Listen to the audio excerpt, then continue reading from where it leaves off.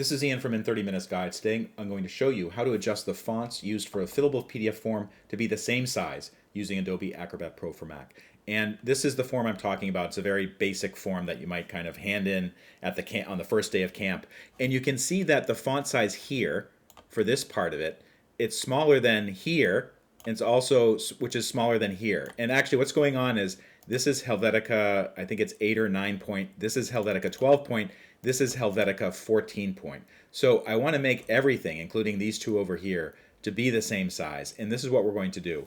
We're going to use Adobe Acrobat Pro. Adobe Acrobat Pro is the paid version of Adobe Acrobat used for editing PDFs and creating fillable PDF forms. So this is the form we were just taking a look at, but kind of the raw version of it. And basically what I've done is, when you open up the fillable, the kind of like the form you've already created in Adobe Acrobat Pro, make sure that you press the button that says Prepare a Form. And even though the form is already prepared, this also lets you make edits to the existing form. And here's the problem. It's this field, this field, this field, this field, this field, and this field. They have different, they're using different fonts. So what I'm going to do is, I think the font size I want to use is this one here. So let's see what it is first. I'm going to go to text box number 7, and I can either select it here on the right side, or I can just double click on it here. And when you double click on it, it says text field properties. It says appearance, font size 9, Helvetica. Okay, that's what we want then. I'm going to close this.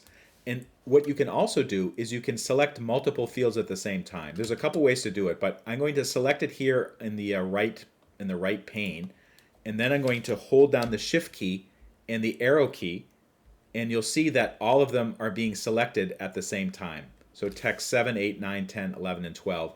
And on the screen, they've also been, they've turned blue. That means I've selected all of them at the same time. At that point, what you can do, if you're using a Mac, you would do Command I, or you could right-click over it and select Properties. And it will show text field properties, starting with appearance. And it says now, it says font size varies, font Helvetica. So we don't need to make changes to the font because they're all using the same font, but the size does vary. I'm going to select this downward pointing arrow. I'm going to change it to 9 because that's what the original one was. And I'm going to close it. Okay. The other thing I'm going to do is just bring this one down a little bit because I think the text was too far off the line.